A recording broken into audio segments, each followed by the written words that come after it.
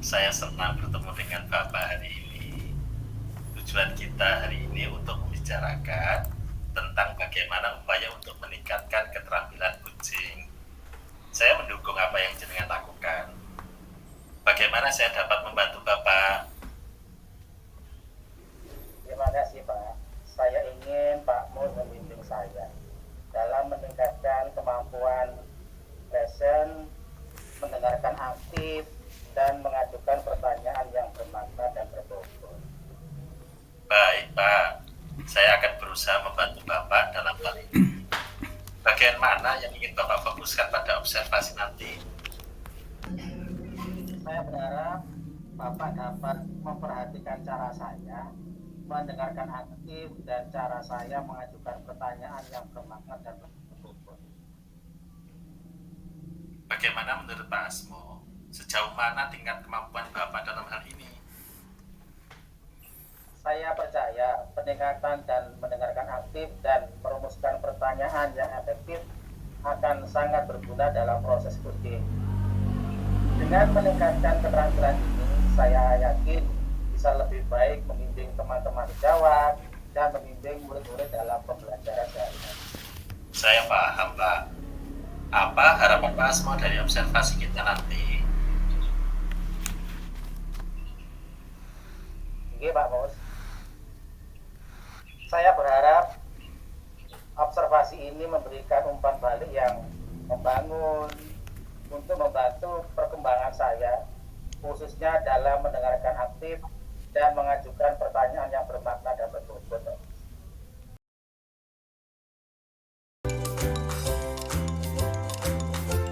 Assalamualaikum warahmatullahi wabarakatuh. Apa kabar Pak Balik? Waalaikumsalam warahmatullahi wabarakatuh. Alhamdulillah sehat Pak Asmo. Alhamdulillah. Mudah-mudahan kita semua selalu diberikan kesehatan supaya bisa terus mendampingi murid kita di sekolah. Saya perhatikan hari ini Pak Holid tidak kelihatan bersemangat begitu Pak Holid.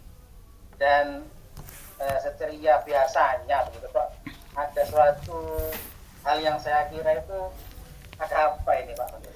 Nah, itulah Pak Asmo. Sebenarnya saya memang ada masalah sedikit. Namun saya bingung mau mengutarakannya kemana gitu. Jadi maksud saya datang ke Pak Asmo. Yang pertama, saya ingin silaturahmi. Kemudian yang kedua, saya ingin membicarakan mengenai masalah yang yang saya alami, di mana akhir-akhir ini saya merasa murid-murid saya di kelas itu bersikap kurang sopan dan terkesan kurang menghargai terhadap saya selaku gurunya. Nah, saya mencoba menanyakan kepada mereka, mengapa kalian bersikap seperti itu kepada saya sebagai gurunya, sebagai guru kalian? Kenapa? Sebagian besar mereka menjawab karena enak sama Pak Guru itu seperti ke teman sendiri. Memang sih awalnya saya itu memposisikan saya sebagai teman kepada mereka Pak Asmo. Nah, saya merasa ketika saya memposisikan diri saya sebagai teman pada anak-anak di tahun sebelumnya itu sangatlah berhasil Pak Asmo. Ternyata di tahun sekarang malah menjadi masalah untuk saya. Seperti itu Pak Asmo. Oh gitu ya Pak. Berarti Pak Khalid itu memposisikan diri sebagai teman. Saat ini untuk meruntut Pak Khalid di kelas 5 gitu kan? Betul, nggih Pak Asmo. Dengan memposisikan sebagai teman, posisi kontrolnya, ternyata anak-anak malah merasa egois gitu ya Pak. Nggih. Malah merasa itu kurang sopan terhadap panjenengan, kurang Nggih. menghargai Nggih. bapak ibu gurunya gitu gitu. Karena Nggih. memang mereka mungkin lebih menganggap Pak Khalid itu sebagai teman gitu kan. Nggih Pak Asmo. Ya, gitu ya. Oke Pak Khalid, dari permasalahan yang kita bahas, kira-kira tujuan dari obrolan kita hari ini Pak Khalid, apa kira-kira tujuan dari kita? Saya ingin menemukan cara Pak, menemukan cara atau solusi bagaimana siswa saya di kelas 5 ini bisa bersikap seperti bersikap lebih sopan, kemudian menghargai saya sebagai guru di kelasnya. Itu sih tujuan dari saya datang ke Pak Asmo. Oh, gitu Pak. Jadi Pak Holik ingin dapat cara gitu Pak. Betul. Cara atau solusi bagaimana sih supaya anak-anak murid Pak Holik sekarang itu bisa lebih sopan lagi, bisa lebih menghargai Pak Holik, meskipun mungkin posisi kontrolnya sebagai seorang teman itu ya Pak kira-kira. Nggih Pak Asmo. Sejauh ini kira-kira kendala apa yang dialami Pak Holik sehingga tidak bisa atau belum bisa bersikap tegas kepada murid Pak Holik itu yang bersikap seperti itu, kendalanya kira-kira apa Pak Holik? Menurut saya kendala terbesar kenapa saya belum bisa tegas kepada anak-anak, pada murid-murid saya, karena saya merasa mental mereka belum siap Pak. Mental mereka belum kuat, tidak sekuat anak-anak tahun lalu. Saya merasanya seperti itu karena dari pengamatan saya mereka tidak menghargai saya itu pada saat saya memposisikan diri sebagai teman, karena mungkin waktu itu saya belum belajar tentang posisi kontrol guru Pak Asmo. Jadi saya merasanya posisi kontrol teman adalah satu-satunya cara untuk guru bisa lebih dekat kepada anak-anak. Anggapan itu ternyata salah, karena ternyata posisi kontrol guru itu kan banyak, bukan hanya sebagai teman. Akhirnya saya memposisikan diri saya sebagai manajer. Nah, ketika saya memposisikan diri sebagai manajer itu, saya merasakan mental mereka belum siap Pak. Karena ketika saya bersikap tegas, anak-anak itu menjadi takut, bahkan ada yang nangis, sehingga besoknya tidak mau sekolah. Nah, akhirnya hal itu kan jadi masalah baru lagi Pak Asmo buat saya. Nah, yang saya khawatirkan kalau saya seperti itu terus, anak-anak tidak mau lagi cerita ke saya. Sedangkan untuk menggali kebutuhan peserta didik itu kan salah satunya dengan menjalin kedekatan dengan mereka, gitu Pak Asmo. Berarti kendala yang Pak Holik hadapi selama ini karena mental mereka masih belum kuat gitu ya Pak. Nggih Pak Asmo. Dengan kekerasan mungkin gitu ya. Nggih. Dengan dikerasin sedikit mereka menjadi takut, jadi nangis, besoknya tidak mau sekolah gitu. Nggih Pak. Malah menimbulkan masalah baru. Terus dari masalah yang tadi sudah diungkap sama Pak Holik, kira-kira harapan dari Pak Holik untuk murid panjenengan ini seperti apa? Harapan panjenengan untuk murid saya Pak? Harapan saya anak-anak itu bisa lebih tertib Pak, bisa menghargai saya sebagai guru tanpa harus bersikap tegas atau galak terlebih dulu. Jadi bisa lebih sopan, terus mental mereka juga lebih kuat. Jadi ketika kita nasihati apapun bisa diterima oleh mereka. Gitu Pak Asmo. Nggih. Dari apa yang sudah Pak Holik lakukan sejauh ini, yang Pak Holik rasakan, kira-kira dari skala 1 sampai 10, jika dinilai dalam angka ini, kondisi Pak Holik dan anak-anak itu ada pada level berapa kira-kira? Kalau saya nilai dengan angka, ini mungkin saya menilai diri saya sendiri aja Pak Asmo ya. Karena kalau menilai anak-anak itu kan berbeda-beda. Jadi kalau saya misalkan menilai diri saya itu dari skala 1 sampai 10 saya kira-kira berada di skala 6 Pak Asmo.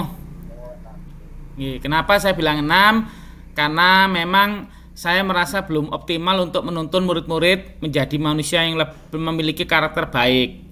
Murid yang sopan, yang bisa menghargai guru. Terus saya juga belum konsisten untuk memposisikan diri saya sebagai posisi kontrol manager gitu Pak Asmo. Oke Pak Holik, Jadi dari posisi kontrol teman, kemudian tadi Pak Holik menyampaikan ingin posisi kontrol berubah menjadi manajer. Sejauh ini apakah itu sudah dilakukan atau apa sih yang bisa Pak Holik lakukan untuk bisa mencapai level yang diinginkan, yang diharapkan, agar anak-anak itu bisa menghargai, menghormati. Kira-kira Pak Holik ingin anaknya itu seperti itu Nggih. pada level berapa kira-kira dari 1 sampai 10 tadi? Kalau menurut saya anak-anak, karena anak-anak masih jauh untuk dikatakan sempurna ya Pak Asmo ya, berkaitan dengan karakter yang sangat baik, saya berharapnya itu anak-anak ada pada level 8 sampai 10, 8 sampai 9 nih Mas Mo. Ya, kalau 10 kayaknya masih apa ya? Terlalu sempurna ya. Alhamdulillah kalau bisa mencapai 10 ya. Jadi saya berharapnya ada di kisaran 8 sampai 10 Mas Mo. 8 sampai 9. Nggih. Nggih. Kalau 10 mungkin terlalu tinggi. Nggih, Pak. Itu level yang Pak Holik inginkan, Nggih. terutama perilaku akhlak kepada gurunya gitu nih Pak Holik. Adakah hal yang bisa dilakukan Pak Holik untuk mencapai level 8 sampai 9 gitu Pak Holik? Yang saya lakukan pastinya terus berusaha membimbing, kemudian mengingatkan anak-anak, kemudian memotivasi, kemudian selalu memberikan motivasi pada mereka agar selalu bersikap positif dan menghargai guru. Nah, salah satunya yang sudah saya lakukan, saya membuat dan menerapkan keyakinan kelas di kelas 5 yang sudah disepakati bersama. Kemudian saya juga akan berusaha memaksa diri saya untuk konsisten memposisikan diri saya sebagai manajer, lalu menerapkan segitiga restitusi. Terus saya juga berkolaborasi dengan wali murid, karena berkolaborasi dengan wali murid itu kan juga penting Pak, untuk terus mengawasi perilaku anak-anak di rumah. Baik Pak Holik, jadi yang panjenengan lakukan itu sudah membuat keyakinan kelas yang sudah dibuat kemudian disepakati bersama gitu ya, Nggih Pak Asmo. sama murid-murid. Kemudian juga Pak Holik ingin merubah posisi kontrol yang tadinya teman menjadi seorang manajer di dalam kelas, kemudian juga menerapkan segitiga restitusi berdasarkan dari keyakinan kelas yang sudah dibuat bersama tadi. Itu nggih Pak Holik. Nggih Pak Asmo. Selanjutnya juga ingin berkolaborasi dengan orang tua murid, wali murid terkait dengan akhlak mereka, perilaku mereka di rumah. Seperti itu Pak. Nggih. Betul Pak Asmo. Dari beberapa rencana yang tadi sudah Pak Holik sampaikan, kira-kira rencana yang mana nih yang paling dekat akan dilakukan? Sepertinya kalau keyakinan kelas memang sudah berjalan ya Pak Asmo ya. Jadi setiap hari, setiap pagi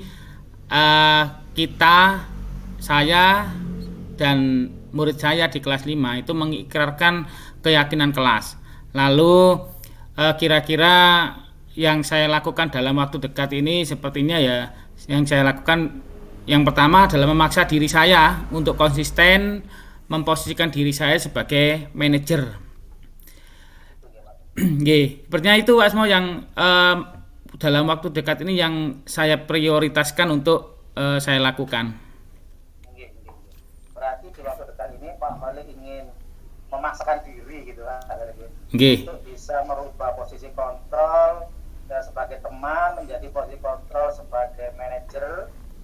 Kira-kira kapan itu Pak Holik? Lusakah atau minggu depankah atau bulan depankah? Pelaksanaannya kira-kira kapan Pak? Nah, lebih cepat lebih baik. Nggih Pak Asmo nggih. Jadi lebih cepat lebih baik Pak Asmo. Saya akan mencoba setelah kita melakukan pembicaraan ini, insya Allah besok saya mulai akan melakukan. Jadi mengubah posisi kontrol dari teman menjadi manajer. Sebenarnya yang dibutuhkan itu kan bukan perubahannya Pak Asmo, tapi konsistensinya.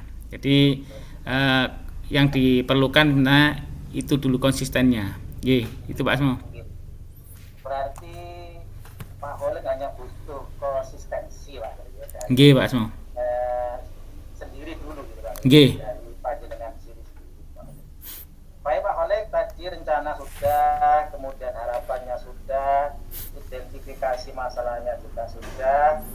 Kira-kira siapa terdapat atau yang bisa membantu Pak Holid untuk komitmen terhadap apa yang disampaikan tadi?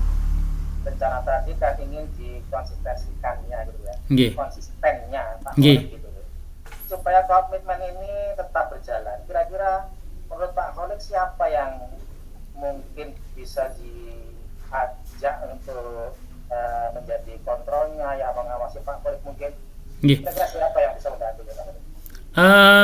Menurut saya yang akan membantu saya untuk menjaga komitmen yang sudah saya buat itu ya tentunya seluruh warga kelas, karena ini kan permasalahan saya di kelas 5.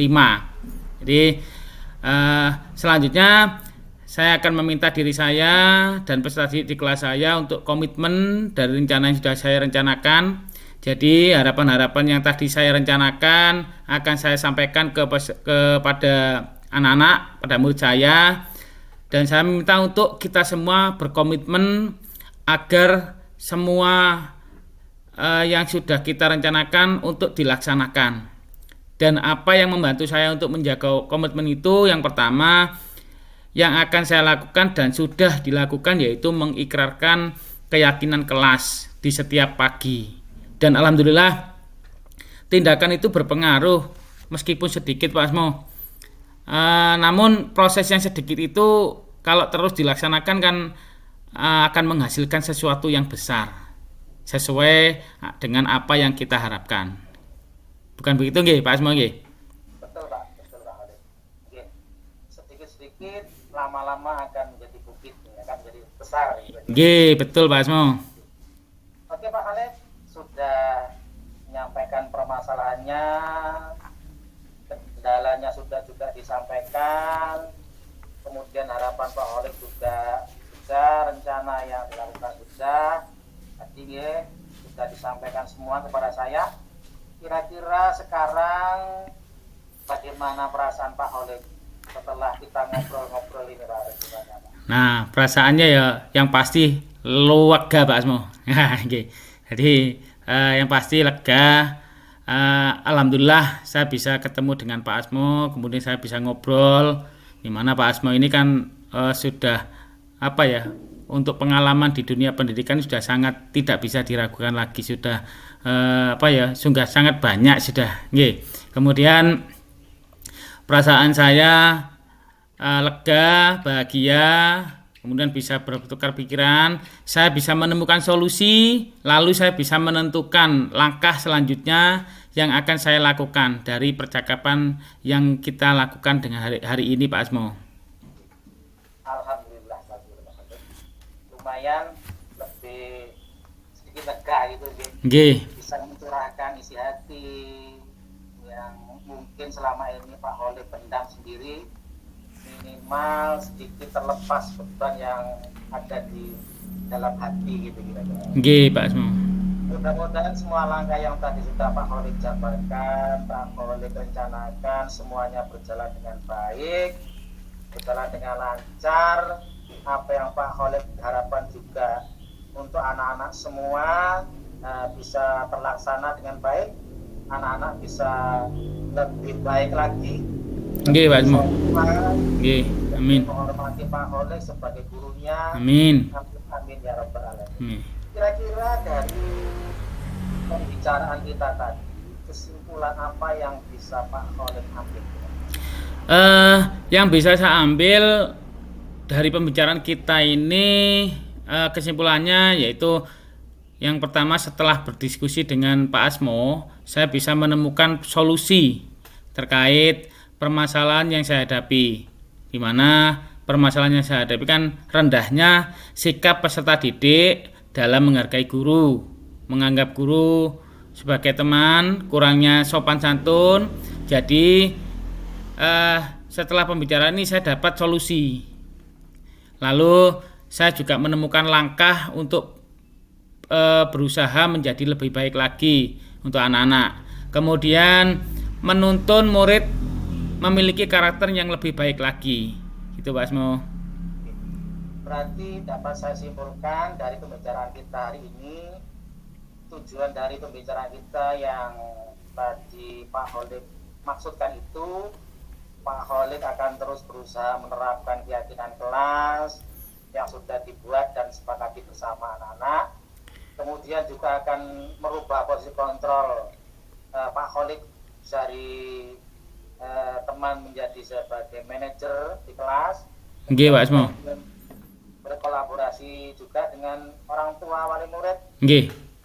untuk mengawasi perilaku dan akhlak anak-anak mereka yang di rumah mungkin Pak Holik. Nggih. Waktu di rumah mungkin lebih panjang daripada di sekolah. Nggih Pak Asmo. Dan ada lagi Pak Holik yang bisa atau yang mau disampaikan kepada saya? Saya kira cukup Pak Asmo. Saya kira cukup. Satu masalah itu saya fokuskan dan segera saya jalankan apa yang sudah saya dapat, ilmu yang saya dapat, saran dan masukan dari yang sudah Pak Asmo berikan. Langsung mau dieksekusi gitu Pak. Nggih Pak Asmo. Sudah cukup nggih Pak nggih. Tidak ada Nggih. lagi yang perlu disampaikan. Mudah-mudahan apa yang sudah kita bicarakan, kita obrolkan hari ini bisa bermanfaat, bisa berjalan dengan lancar sesuai yang apa yang kita inginkan, yang Pak Holik inginkan atau yang Pak Holik harapkan. Amin amin ya rabbal alamin. Amin. Terima kasih Pak Asmo. Oke, sama-sama Pak Holik, sama-sama. Mungkin bisa ditutupi sampai di sini obrolan kita hari ini. Terima kasih sekali lagi. Saya akhiri, wassalamualaikum warahmatullahi wabarakatuh. Waalaikumsalam warahmatullahi wabarakatuh.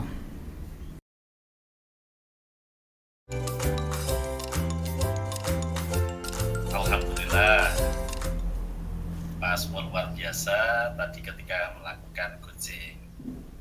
Nah, sekarang saya ingin membahas hasil observasi saya yang telah saya lakukan pada sesi coaching tadi, Pak.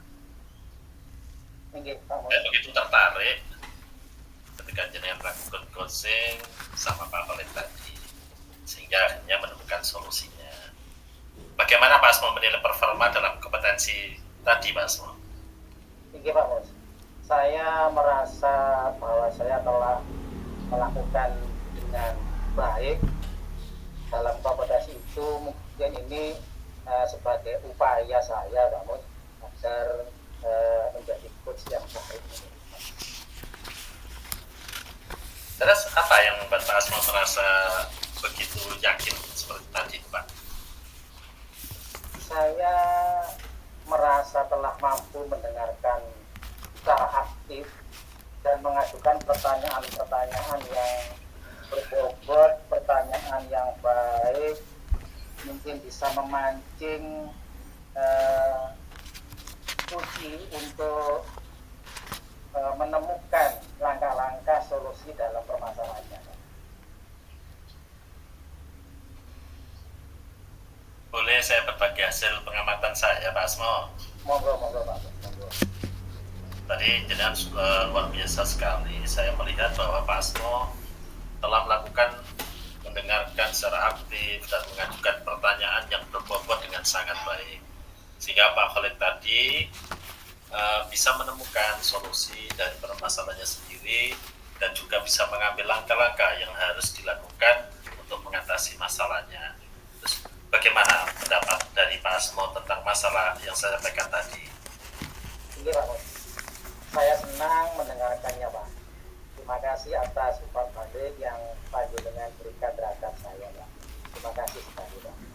Sama-sama Pak Asmo. Oh ya, saya juga melihat aspek-aspek yang masih dapat ditingkatkan loh Pak. Misalnya pertanyaan-pertanyaan yang jenengan sampaikan ke Pak Holik tadi harusnya lebih berbobot lagi Pak, sehingga kursi yaitu Pak Holik bisa lebih cepat untuk mengambil sikap dan menemukan solusi menyelesaikan permasalahannya. Menurut Pak Asmo bagaimana? Iya Pak, iya. Insya Allah saya mengerti, saya akan berusaha untuk lebih meningkatkan lagi Pak. Dari diskusi kita ini Pak Asmo, apa langkah konkret yang akan Pak Asmo ambil untuk meningkatkan performa Bapak di ketika coaching tadi Pak? Oke Pak, saya berencana untuk melakukan latihan lebih intensif dalam mendengarkan aktif dan merumuskan pertanyaan-pertanyaan yang lebih efektif, mungkin bisa lebih berbobot lagi. Nah, bagus itu Pak Asmo. Itu adalah langkah yang baik. Saya akan catat hasil observasi ini ke dalam form supervisi akademik. Terakhir Pak Asmo, apa yang Pak Asmo peroleh dari proses ini Pak Asmo? Oke Pak Bos, saya merasa lebih memahami area di mana saya perlu berkembang. Dan saya berterima kasih atas bimbingan dan umpan balik yang diberikan Pak Mustafa terhadap saya. Sama-sama Pak Asmo. Saya rasa sudah cukup ya Pak. Iya Pak Mus. Ya, Terima kasih sekali. Assalamualaikum. Waalaikumsalam warahmatullahi wabarakatuh.